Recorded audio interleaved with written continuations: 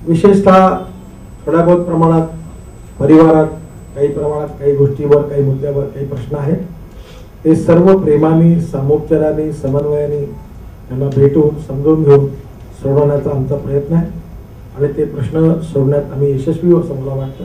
राष्ट्रीय स्वयंसेवक संघ कधीच कुठली निवडणूक लढवत नाही आणि संघामध्ये जे पदाधिकारी असतात ते कधीच राजकीय कामात डायरेक्टली भाग घेत नाही. जर कोणाला भाग घ्यायचा असेल तर ते मग संघातलं पद सोडून मग ते काम करतात, अशी संघाची परंपरा आहे. त्यामुळे या कुठल्याही राजकारणात संघ नाहीये. त्यामुळे व्यक्तिगत स्तरावर काही लोकांनी भूमिका घेतली आहे.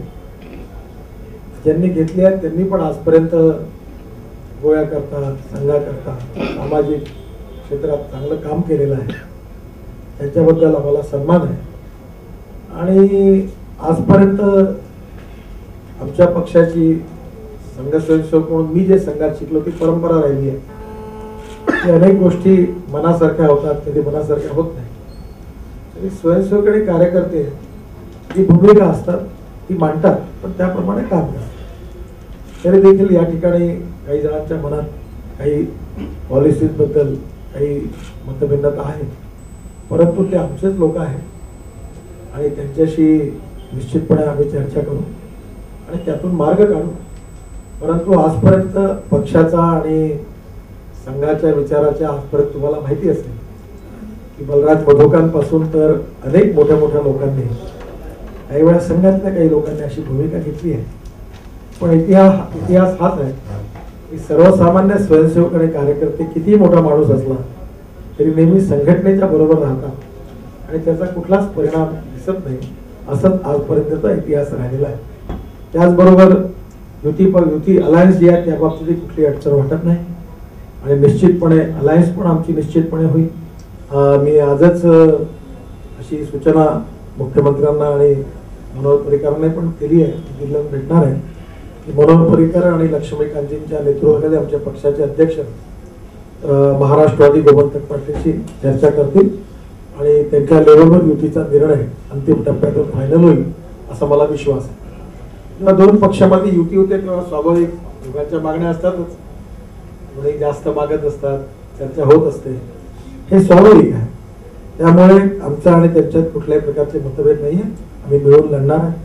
आणि मला तर कधी कधी असं वाटतं की ढवळीकर हे भाजपचेच मंत्री आहेत आणि त्यामुळे त्यांचे आणि आमचे एवढे मधुर संबंध आहेत की मला असं काही वाटत नाही. उलट ते मला बोलले आणि ते वेळी मला गोव्याचं सरकार पुन्हा कसं आलं पाहिजे, आपण मिळून कसं काम केलं पाहिजे, त्यांचा अतिशय सकारात्मक रोल आहे. महत्त्वाची गोष्ट म्हणजे पक्षाच्या आमदारांशी माझी विस्तृतपणे चर्चा झाली आणि त्यांच्या मतदारसंघात भारत सरकार आणि केंद्र सरकार दोघांनी मिळालेल्या कामाचा प्रभावी प्रचार कसा होईल आणि लोकांपर्यंत कसं पोहोचेल याची जबाबदारी त्यांच्यावर टाकलेली आहे. त्यामुळे येणाऱ्या काळात ही निवडणूक मागच्यापेक्षाही जास्त आमदार आपले निवडून येतील असा मला विश्वास आहे आणि जास्त मताने आम्ही निवडून येऊ असा विश्वास आहे. गोव्याचा प्रभारी झाल्यावर मी पण डिटेलमध्ये आमदारांपासून तर नेत्यांपर्यंत डिटेल सर्वे करण्याचा निर्णय घेतला. त्याचे प्रिलिमिनरी रिपोर्ट मला मिळाले. त्यामुळे येणाऱ्या निवडणुकीमध्ये आम्हाला जी आम आदमी पार्टीचा इथला जो एंट्रन्स आहे हा आमच्याकरता अतिशय चांगला आणि उपयोगाचा आहे. त्यांच्या वाढीकरता माझ्या शुभेच्छा आहेत. कारण ते 10 मतांपैकी तर त्यांनी 2 मतं आमची खराब केली, 8 मतं ही काँग्रेसची खराब करतात असं दिसतं. त्यामुळे त्यांच्या कार्याला आणि त्यांच्या उत्तरोत्तर प्रगतीला माझ्या दृष्टीने शुभेच्छा आहे. कारण ते आम्हाला या निवडणुकीत जिंकण्याकरता फार मदतगार ठरणार आहे.